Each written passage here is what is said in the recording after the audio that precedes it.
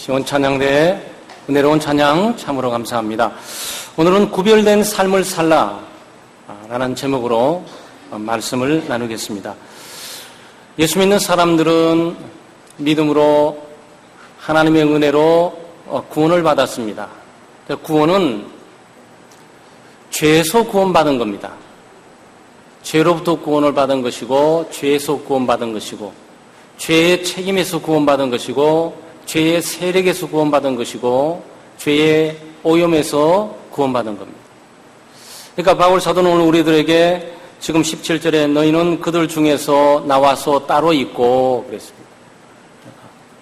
죄악된 세상 속에 부름을 받아서 하나님과 함께 동행하게 되었으니까 세상 속에 살았던 삶의 가치관이나 인생관이나 세계관이나 세상 사람들이 추구하는 풍습, 또 인기, 또는 전통, 습관, 문화, 정치, 예술, 이렇게 이 세상적인 하나님을 반대하는 그런 개념을 추구하는 삶을 살아서는 안 된다. 따로 나와 있어야 된다. 소위 우리말로 얘기하게 되면 거룩하게 살아야 된다. 그리고 구별되이 살아가야 된다. 그런 얘기입니다. 그래서 오늘 구별된 삶에 대해서 우리가 묵상을 하면서 은혜를 받고 우리 개인적으로 공동체적으로 또 가정적으로 하나님이 우리에게 원하는 것이 무엇인지 하나님의 뜻을 알아서 적용하는 귀한 시간들이 되기를 소망합니다. 첫째, 구별된 삶은 단절된 삶이 아니고 글자 그대로 구별되는 겁니다. 여기 따로 나와 있으라고 말을 하게 되니까 예수 믿는 사람이 믿지 않는 사람하고 같이 멍에를 매서는 안 된다고 하니까 그냥 이 죄악된 세상, 불신자들이 득실거리는 이 세상 속에 나는 살 수 없다. 산으로 가버려야지. 머리 깎고 산에 가서 홀로 살라는 그런 얘기가 아니에요. 그리고 이 세상 속에 살아가고 있지만 이 세상 속에 있는 사람들하고 얘기도 하지 말고 예수 믿는 사람하고 얘기도 안 하고 예수 믿는 사람하고 같이 놀지도 않고 예수 믿지 않는 사람하고 같이 행동하지도 않고 예수 믿지 않는 사람하고 같이 사업도 하지 않고 예수 믿지 않는 사람하고 같이 공부도 하지 않고 이러지 말라는 뜻이 아니에요. 예수를 믿는다 그래가지고 우리가 장소를 이렇게 떠날 수는 없습니다. 장소 떠나게 되면 이 세상을 떠나는 거고 하나님 나라에 먼저 가야 되는데 여전히 하나님이 우리를 생명과 복을 연장시켜 주셔서 이 세상에 살게 해주고 있잖아요. 이 세상은 예수 믿지 않는 사람, 불신자들이 가득 차 있는 세상이고 하나님을 대적하고 하나님을 반대할 뿐만 아니고 또 하나님의 말씀을 거역하는 사람들로 가득 차 있어요. 예수님께서 너희는 세상의 소금이다. 너희는 세상의 빛이다. 라고 말을 하게 될 때 세상을 떠나서는 안 된다. 타락되고 오염된 세상이고 불신자들이 득실거리는 세상이지만 그 세상을 도피주의적으로 떠나지 말고 거기에 머물러 있어야 된다. 단절하지 말아라. 그렇지만 그 머물러 있되 그 사람들과 구별되어야 된다. 라는 얘기입니다. 14절 말씀에 보면 너희는 믿지 않는 자와 멍에를 같이 매지 말라 그랬어요. 구별된 삶의 비유들을 좀 몇 가지 들어서 얘기하고 있는데 같이 멍에 매는 것을 얘기하고 있습니다. 그러니까 믿는 사람이 있고 믿지 않는 사람이 있는데 두 사람이 똑같은 보조로 가도록 멍에는 머릴 수 없다. 지금은 젊은 사람들이 멍에를 잘 몰라요. 제 시대만 해도 도시에 살았던 사람들은 멍에를 잘 모르는데 이 시골에 있는 친척집에 가게 되면 소가 있으니까 좀 약간 가난한 집은 소 한 마리가 있고 좀 부잣집은 소 한 두세 마리가 있고 밭이 크고 많은 거죠. 그 밭을 가려면 한 마리로 갈 수가 없는 밭이 있으니까 두 마리를 이렇게 딱 해서 두 마리를 똑같이 해가지고 두 마리를 한 멍에 이렇게 둥근 나무로 이렇게 딱 씌웁니다. 그럼 말이 분산되지 않고 분리될 수 없어요. 그러니까 두 마리 말은 같이 갑니다. 그러면서 이게 밭을 이렇게 갈게 되죠. 예수 믿지 않는 사람과 믿는 사람이 마치 수 두 마리처럼 한 멍에를 쐬고 갈 수는 없다는 거예요. 사실 이 교훈을 좀 분명하게 해주는 것이 신명기 22장 10절인데 너는 소와 나귀를 결의하여 갈지 말며 그랬어요. 소와 나귀를 결의하여 갈지 말라. 소와 나귀는 틀려요. 소와 나귀는 틀립니다.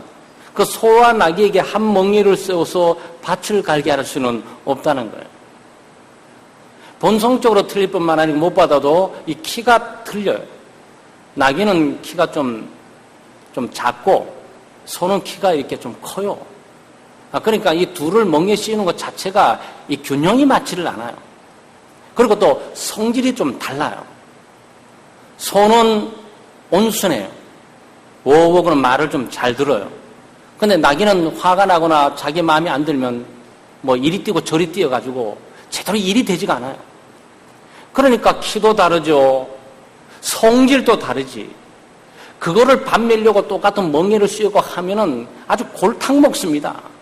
그러니까 밭이 갈려지지가 않는 거예요. 농사가 되어지지가 않는 겁니다. 마치 그와 같이 예수 믿는 사람과 믿지 않는 사람은 완전하게 구별되고 다르니까 마치 소와 나귀처럼 완전히 구분되는 거니까 똑같은 멍에를 메고 똑같은 보조를 가고 똑같은 방향으로 나갈 수는 없는 거죠. 예수 믿는 사람들은 예수 믿지 않는 사람들과 함께 가치관이 다릅니다. 인생관이 달라요. 세관이 다릅니다. 아마 여러분 여기 와 계시지만 하나님의 영광을 위해 살고 싶잖아요. 예수 믿으시니까 이제는 내 영광보다도 하나님의 영광을 위해 살고 싶잖아요. 근데 예수 믿지 않는 사람들은 하나님과 관계가 없다고요. 내 영광을 위해서 살고 싶은 거예요. 아마 여기 예수 믿는 아마 여러분은 하나님의 뜻을 따라 살고 싶지 않습니까? 하나님의 뜻을 따라 살고 하나님의 말씀을 따라 살고 싶은데 예수를 믿지 않는 사람들은 하나님의 말씀은 관계없고 이 말씀을 무시하고 업신여길 뿐만 아니고 자기 뜻대로 자기 마음대로 자기 계획대로 살고 싶은 거죠. 그러니까 길이 다른 거예요. 그러니 길이 다른데 이 한 멍에를 메면서 동일한 삶의 보조를 가지고 동일한 방향으로 나갈 수는 없다는 거예요. 구별되는 거죠. 15절 하반절에 보게 되면 믿는 자와 믿지 않는 자가 같이 상관하며 그랬어요. 믿는 자와 믿지 않는 자는 서로 상관할 수 없다. 이게 상관한다는 이 말이 의미가 있어요. 상관한다는 말은 간섭한다는 말이 아니에요. 이익금을 서로 나눈다라는 말입니다. 그러니까 예수를 믿는 사람이 있고 예수를 믿지 않는 사람이 있는데 이 사람이 함께 일하고 함께 노력하고 함께 애를 쓰는데 이익금이 있으면 이익금을 나눌 수가 없다는 거예요. 오해하시면 안 됩니다. 예수 믿는 사람이 예수 믿지 않는 사람과 사업을 같이 하지 말라는 게 아니에요. 예수 믿는 사람도 예수 믿지 않는 사람하고 사업 같이 할 수 있습니다. 동업할 수 있어요. 그리고 이익금을 함께 나눌 수가 있어요. 그럼 바울 사도가 이게 말하고 있는 의미는 무엇이냐? 이 의미는 도달해야 되는 목적과 장소가 완전히 다른 거예요. 예수 믿는 사람들은 하나님의 나라를 상속받습니다. 하나님의 나라를 기업으로 받게 돼요. 예수 믿지 않는 사람들은 지옥을 기업으로 받게 됩니다. 그러니까 이 세상을 다 살고 난 이후에 하나님의 나라에 도달하게 되면 예수 믿는 사람들은 기업을 하나님의 나라로 받으니까 이 하나님의 나라를 받은 믿음으로 받은 이것들을 예수 믿지 않는 남편과 예수 믿지 않는 아내와 예수 믿지 않는 친척과 나눌 수가 없다는 거예요. 예수 믿지 않는 사람들이 받은 지옥도 예수 믿는 사람하고 나눌 수 없는 것처럼 예수 믿는 사람들이 받은 천국도 예수 믿지 않는 사람과 나눌 수가 없다는 거예요. 그러니까 도달하는 목적과 인생을 맞춰간 이후에 취득하고 얻는 그 이익이 달라요. 그 유익을 좀 믿지 않는 사람과 나눌 수가 없다는 거예요.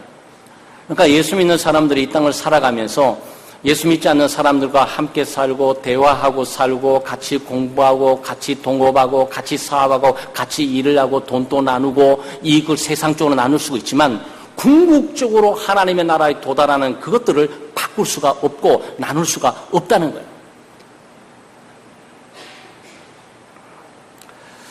성경은 우리들에게 예수님을 통해서 이 부분도 많이 말씀해 주셨습니다.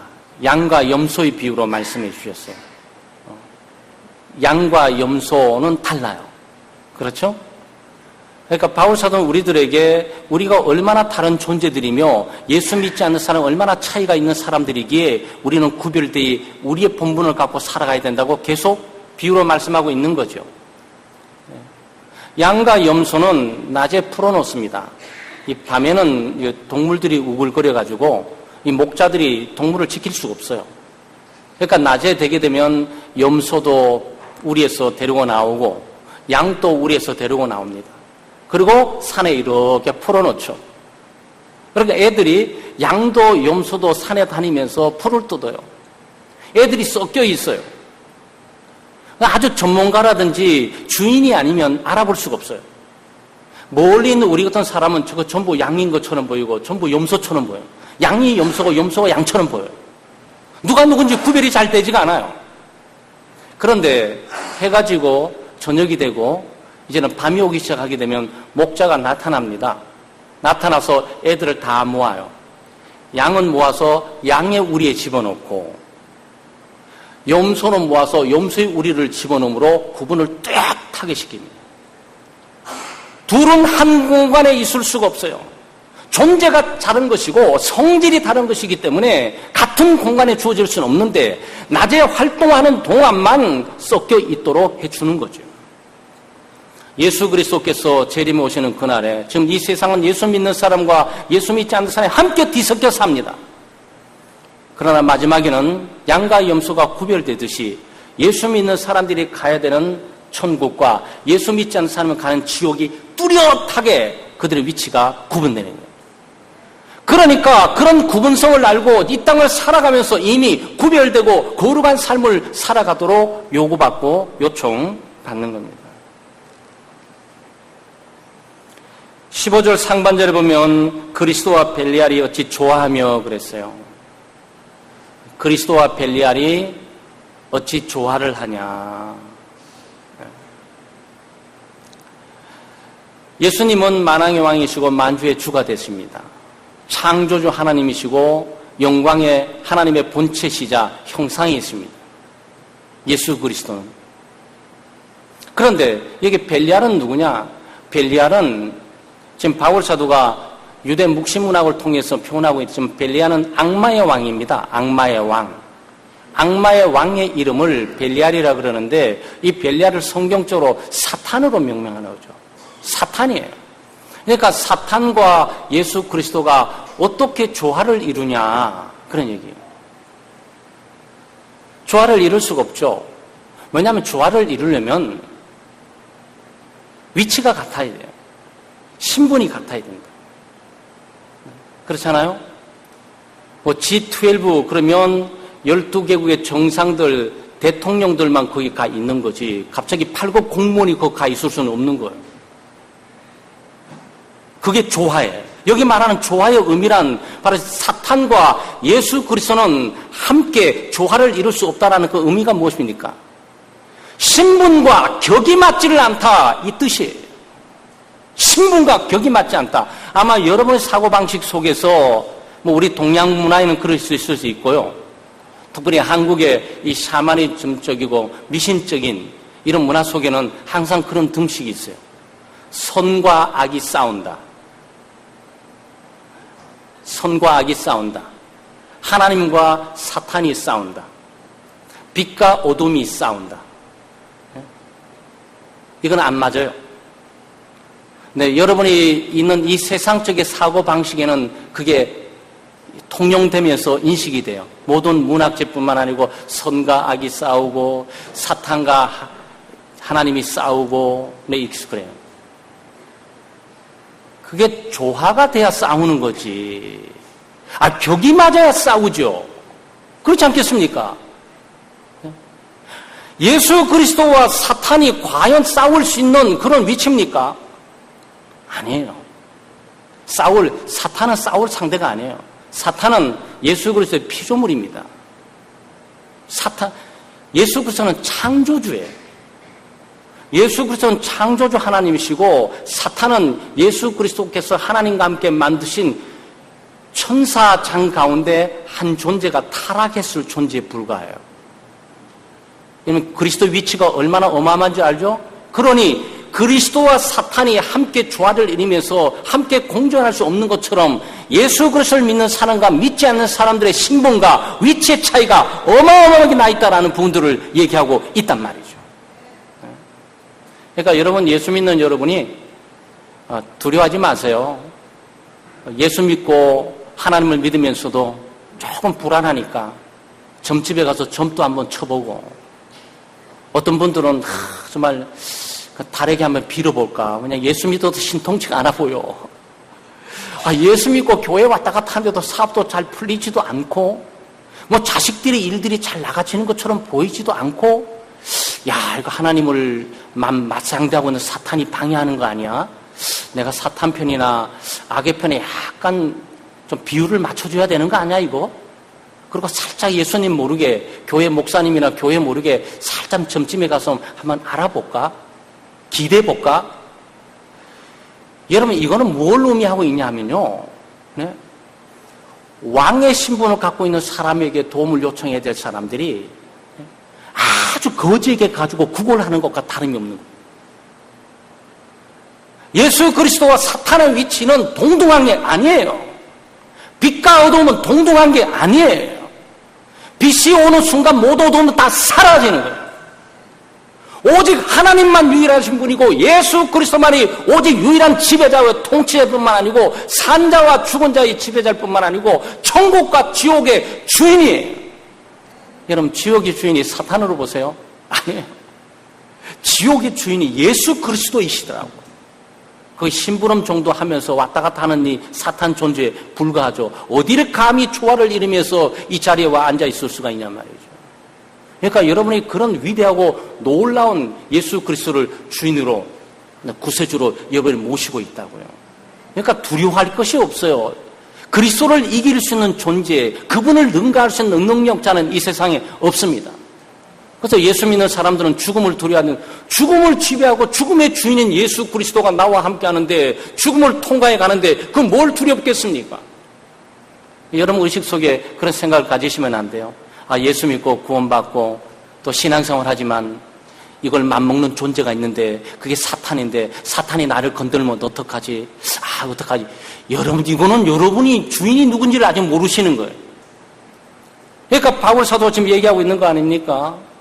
감히 사탄이 어떻게 창조주인 그의 주인과 함께 맞상대하면서 조화를 이루는 위치에 감히 올 수가 있냐?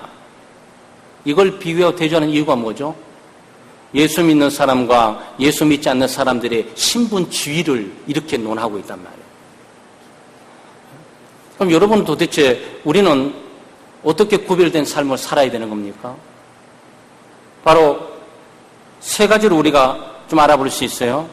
하나는 16절에 하나님의 성전과 우상이 어찌 일치가 되리요? 우리는 살아계신 하나님의 성전이라.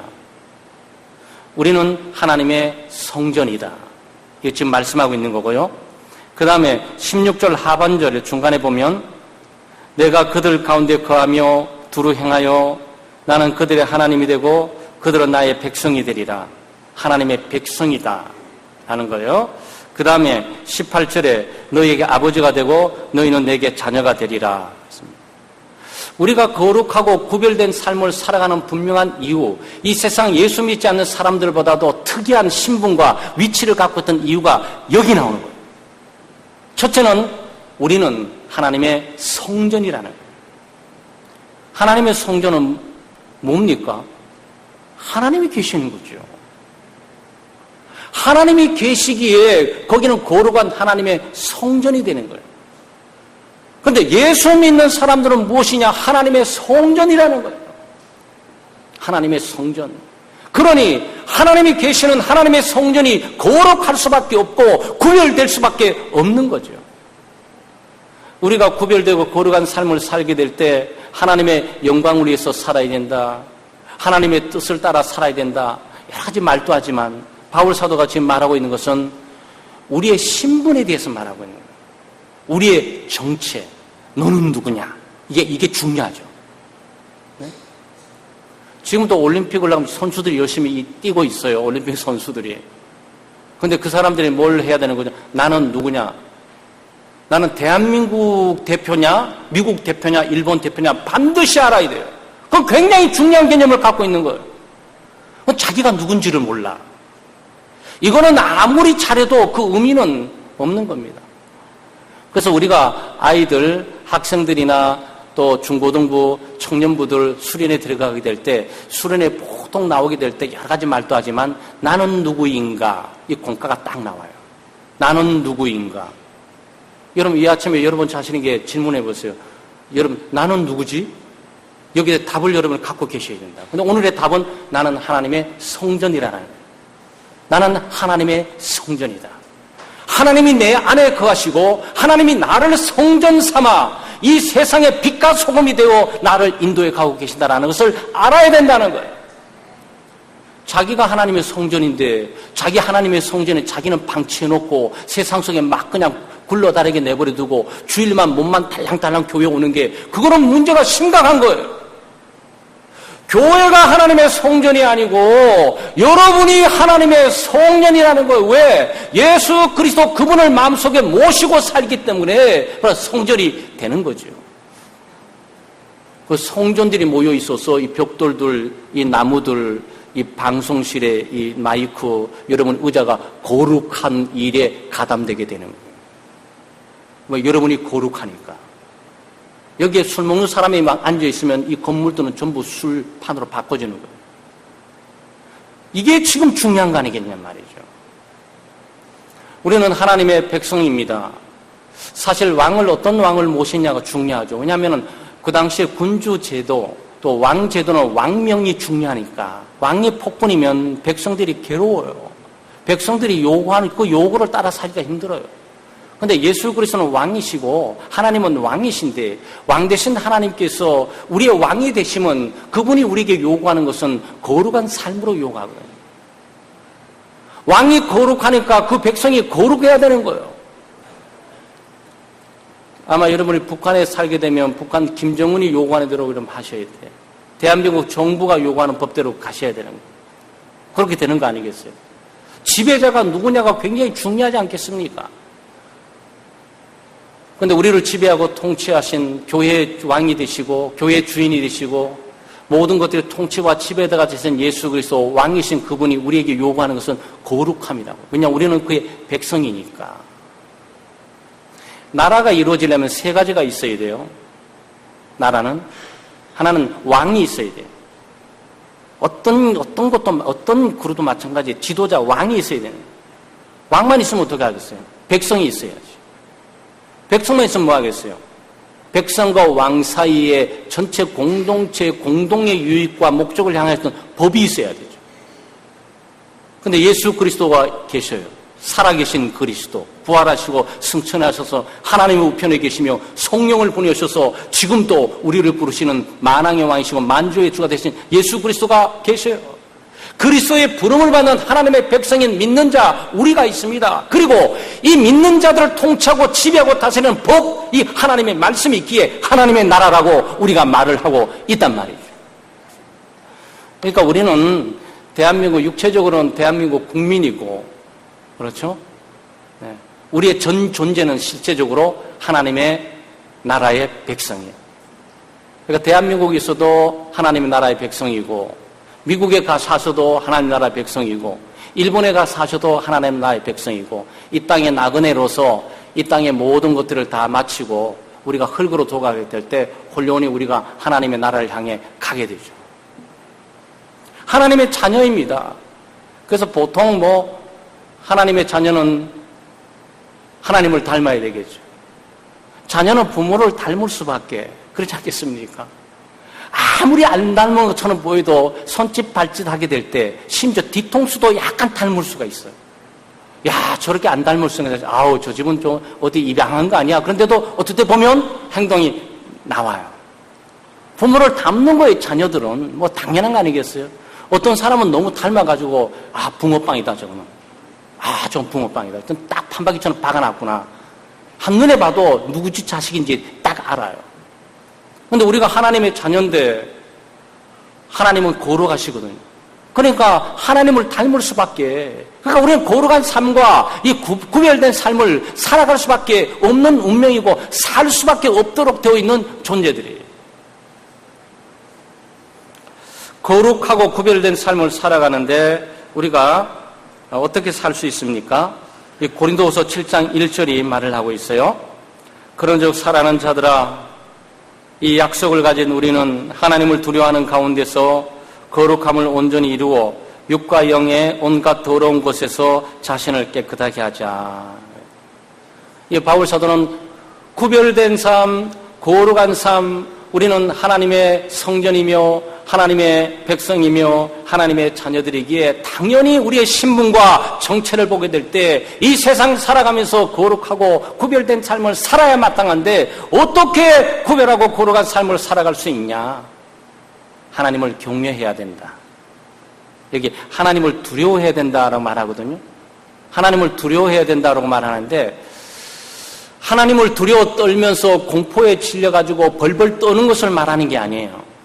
그 두려움은 너무 무서워가지고 벌벌 떨면서 오금이 저릴 만큼 공포에 질리는 그 두려움이 있고 너무나 놀라운 일을 당해가지고 기적적인 일들, 기가 막힌 일들, 아주 귀한 이런 초자연적인 일들을 못 내게 될 때 그 경외함에 사로잡혀가지고 우리가 있을 때가 있어요.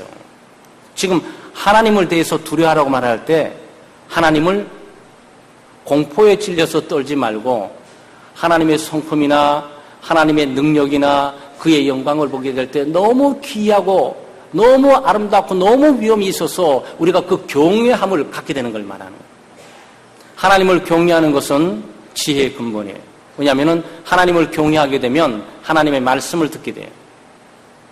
두려워서 떨어서 그 권위 때문에 압제 때문에 생명의 위협을 느껴서 할 수 없이 해주는 일도 있지만 너무 경외함에 사로잡혀가지고 사랑해서 나도 모르게 그 일을 해주고 싶어진단 말이죠.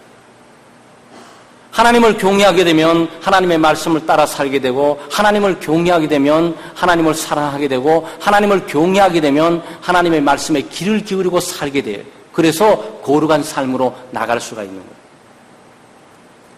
여러분 하나님을 경외하고 계세요? 네, 하나님을 경외하셔야 돼요. 하나님이 나와 함께 하신다. 지금 내 삶을 지켜보고 계신다라고 생각할 때 우리는 내가 죄를 짓고 내가 잘못하게 될 때 하나님이 얼마나 가슴 아프고 얼마나 슬퍼하실까라고 생각함으로써 우리가 그 경외함이 죄를 짓는 일에 좀 주춤하도록 만드는 거죠. 함부로 사는 삶의 조심성을 가지고 살아가게 만드는 거예요. 마음속에 여러분의 말씀을 듣고 오늘 하루를 출발하시면서 나가면서 하나님 교회에 남겨두시고 강단에 남겨두고 목사님하고 잘 계세요 그러고 나가버리시면 여러분 또 마음대로 살게 되는 거예요. 경건함과 거룩함, 그 구별된 삶은 어떻게 살아갈 수 있느냐? 마음속에 하나님을 모시고 하나님과 함께 동행하면서 그 하나님을 경외하게 될 때 참으로 하나님의 말씀을 따라 거룩하고 구별된 삶을 살아갈 수가 있게 된단 말이에요. 그 힘의 원동력이 거기서 나오는 거예요. 그래서 잠언서라든지 전도서에 하나님을 경외하는 것이 지혜의 근본이다. 그 죄를 멀리하고 심판으로부터 떨어져서 자기의 백성답게 살아가는 기회를 얻게 되는 거죠.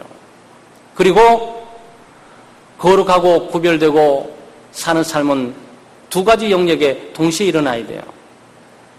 여기에 육과 영의 온갖 더러운 것에서 깨끗하자. 영혼도 거룩해야 되고 몸도 거룩해야 돼요. 마음도 깨끗해야 되고 육체도 깨끗해야 돼요.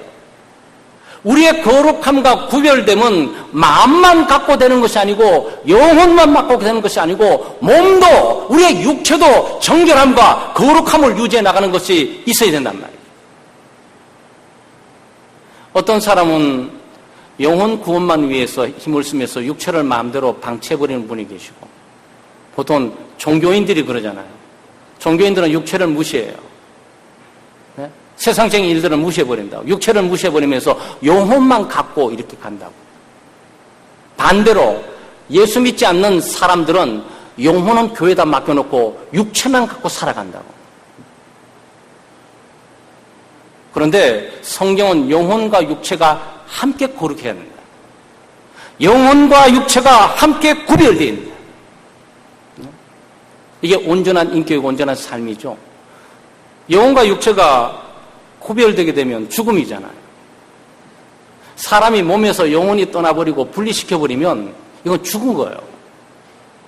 죽으면 뭐 거룩하게 살아라, 뭐 의롭게 살아라 말해야 소용없어요. 이미 죽어버린 사람 앞에 가서 아버지 뭐 얘들아 좀 거룩하게 살지 무덤에 아무리 얘기해봐야 아무 의미 없어요. 죽어버린 거니까. 영혼과 육체는 분리시킬 수가 없습니다. 영혼과 육체는 함께 있는 거예요. 사람이 영혼이 거룩하면 육체도 거룩하는 거고 육체도 거룩하면 영혼도 거룩해야죠. 그런데 바울 사도가 이 말을 하게 될 때는 이 시대적인 풍습과 시대적인 문화가 육체를 등한히 하고 육체를 소홀히 했어요. 이중적으로 생각한 거예요. 아, 육체는 깨끗하고, 육체는 더럽고, 육체는 추악하고, 육체는 죄를 짓고, 육체는 죄가 많으니까 육체는 구원받을 수 없어. 이렇게 한 거예요. 그러니까 육체는 더러운 거예요. 그리고 영혼은 깨끗하고, 영혼은 순결하고, 영혼은 거룩하니까 영혼은 구원받을 수 있어. 그러니까 영혼만 관리하는 거예요. 그럼 어떤 일이 생기는 거죠?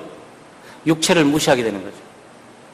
육체를 무시하는 게 두 가지 일이 생겨요. 하나는 육체를 학대하고 고양을 하는 거예요. 자기 육체를 학대하는 거예요. 하나님이 주시는 육체를 소중하고 귀하게 여기지 않고 이 방치하면서 방관함으로 말미암아 육체를 미워하고, 네? 이 육체가 더럽고 추악하다고 그래가지고 육체에게 채찍을 가는 거죠. 그게 뭐죠? 그게 고행이에요. 불교의 고행이 거기서 나오는 거예요.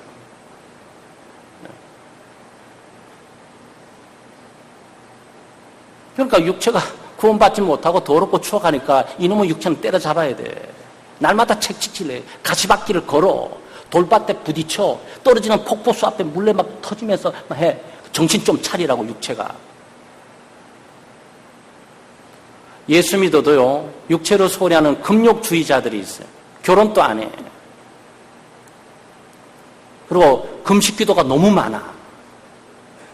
하나님이 주시는 음식들을 제때제때 음식 관리를 잘해야지. 물론 금식해야 될 아주 중요한 자기 영혼의 관리를 위해서 해야 될 때가 있죠. 그런데 시대 때도 모르게 금식을 하면서 그 금식을 자랑 삼아서 나는 이 정도 금식하고 있다라고 말하는 것은 굉장히 오해하고 있는 거예요, 기독교를. 기독교는 육체를 소홀히 하거나 등하시 않습니다. 이 소중한 몸이죠. 그리고 또 하나는 쾌락주의에 빠지게 내버려 두는 거예요. 어차피 육체 더럽고 추악한 거, 어차피 버려진 육체, 영혼만 구원받을 거, 육체가 성적 타락에 맡기는 거죠. 성적 타락에, 쾌락과 향락을 위해서 맡기는 거예요. 성적 타락이 오죠? 육체에 와죠? 어차피 버려진 육체, 더럽고 추악한 육체는 원래 그런 거였으니까 내버려 두고 내 영혼만 구원받으면 되는 거지. 여러분, 얼마나 이상한 일입니까? 그러나 실제 수많은 사람들이 기독교 진리를 모르게 될 때 그렇게 육체를 방관하면서 갈 수가 있다고요. 고린도 교회도 그런 교회 가운데 하나예요. 성적인 타락이 고린도 교회 교인들에게 흉내했을 뿐만 아니라 퍼졌던 이유가 바로 이 생각 때문인 거죠. 예수를 믿어도 잘못 믿게 되면, 성경대로 믿지 않으면 아주 이상하게 되는, 믿지 않는 것보다도 더 추악하게 변할 수가 있어요. 그러니까 바울 사도는 지금 뭘 말하는 거죠? 아니, 육체도 소중한 거야. 순교를 지켜야지. 음행하지 마. 간음하지 마. 술, 담배 그런 거 몸에 넣고 자꾸 그러지 마. 몸도 거룩해져야 되는 거예요. 여러분, 예수 믿는 사람들이 술, 담배 그만한 이유가 뭔지 아세요? 여기서 나와요. 저도 신앙생활 하면서 여러분도 많이 경험하지만 신앙생활 하면서 예수 믿는 사람들도 이럴 수가 있나 막 깜짝깜짝 놀랐던 거 맞아. 자기 자신에게도 놀라지만 주변의 사람들에게 놀라요. 어떤 안수 집사님 한 분하고 일을 같이 하게 됐는데 뭐 한국교회 굴지의 교회예요. 이름만 들어도 다 아시는데 일부러 그 교회 이름은 말할 필요는 없죠. 그것도 같이 일을 냈어요. 선교회에서 일을 하게 되는데 나는 그렇게 열심히 선교회를 하시는 분이 그렇게 자기 부서에 충실한 분들이 또 날마다 아내를 때리고 있는 건 미처 몰랐어요. 아, 집사님도 아내를 때릴 수가 있구나. 야, 예수 믿는 사람도 폭력을 쓸 수가 있는구나. 깜짝깜짝 놀라잖아요. 또 사랑하는 아내를. 그 아내도 집사님이신데, 동교회 집사님이세요. 그 제가 왜 이 말씀을 드리냐. 아침에 경건의 시간을 가지는데, 선교회. 저는 총무로 있고, 뭐 여러 가지 부서들 다 있는 간사들이 쫙 있는데, 아침에 꼭 경건의 시간을 갖고 자기 선교부를 일을 하게 돼 있거든요. 고린도전서 3장 16절, 너희가 하나님의 성전인 것과 하나님의 성령이 너희 안에 거하는 걸 알지 못하느냐라고 이 말씀을 묵상하는데, 보통 뭐 평상시에 뭐 한 20, 30분 하면 다 끝나고 기도 끝나고 딱 돌아가야 되는데 혼자 뭐 펑펑 울고 계속 있어요. 뭐 끄끄거리면서. 아, 이게 무슨 일이 났다 이거. 저 집안, 우리 간사 집안에 좀 굉장히 큰 슬픈 일이 일어났구나. 어떡하지? 큰 문제이면 틀림없다. 그렇지 않고서야 어떻게 저렇게 그 슬픔을 울면서 저렇고 있냐. 죄를 회개하고 있는지 누가 알겠어요, 그거를. 그래서 좀 끝나고 난 다음에 좀 얘기를 좀 해봐야 되겠다. 그런데 본인이 찾아와서 총무님, 제가 오늘 죄를 회개했습니다. 그랬더니 무슨 죄를 회개했습니까? 제가 사실 집사인데도 아내를 날마다 때렸거든요. 저는 또 그때 처음 그런 얘기, 그러셨어요? 그랬더니, 근데 제가 오늘 말씀을 듣고 내 아내가 하나님의 성전인데,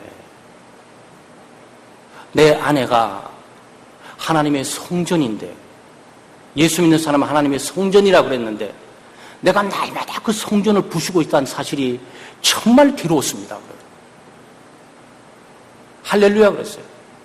여러분, 그게 어떻게 제가 설교한 것도 아니에요. 그냥 말씀이 성령의 역사로 깨닫게 해준 거죠. 그러고 난 다음에 그 아내를, 집에 가서 아내를 만났는데, 아내가 막 목사님을 그냥, 저를 그냥 예수님 만나듯이 하세요.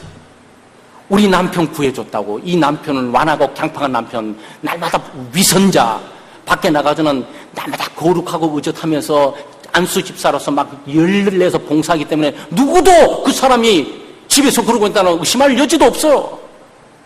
그런데 이 남편이 진짜 의심해서 집에 와서 회개를 하고 내 손목을 보고 기도하고 울면서 하더라고. 여러분, 하나님의 말씀의 능력도 우리가 보게 되겠지만, 성령의 역사도 보게 되겠지만, 그리스도인들이 저렇게 성경적인 개념이 없이 타락하고 오염되면서 기독교 신앙과 전혀 관계없는 일을 하고 있다고 볼 수도 있단 말이죠.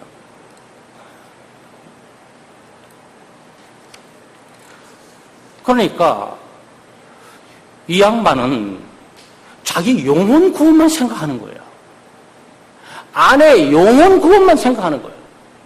내 육체가 성결하고 거룩할 뿐만 아니고 하나님이 거하시는 초소가 되고 성전이 된다는 사실을 한 번도 생각해 본 적이 없는 거죠. 그러니까 바울 사도가 영혼만 거룩하고 구별될 것이 아니고 너의 육체도 하나님이 거하시는 것이니까 거룩하고 성병되어야 된다고 말을 하고 있는 거죠. 바로 이것 때문에 예수 믿는 사람들이 성적인 문제로부터 깨끗할 수밖에 없는 거고, 이 세상에 술, 담배, 마약, 이렇게 약품으로부터 깨끗하게 수밖에 이유가 바로 이것 때문인 거죠.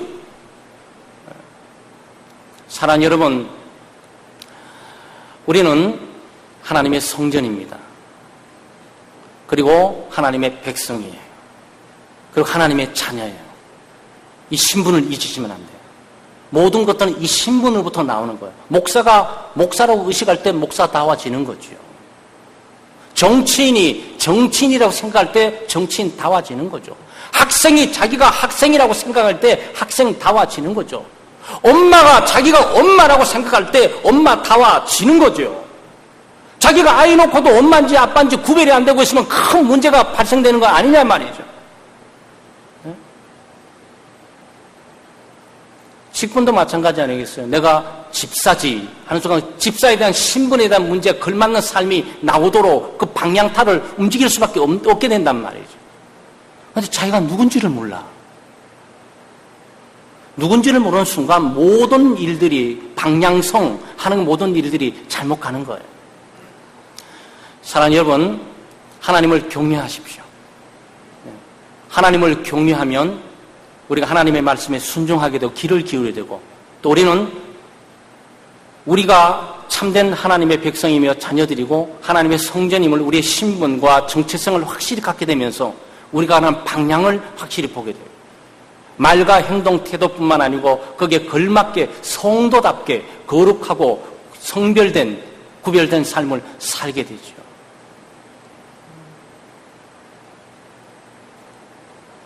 우리는 이 세상의 빛과 소금입니다. 예수 믿지 않는 사람과 똑같이 살 수 없어요.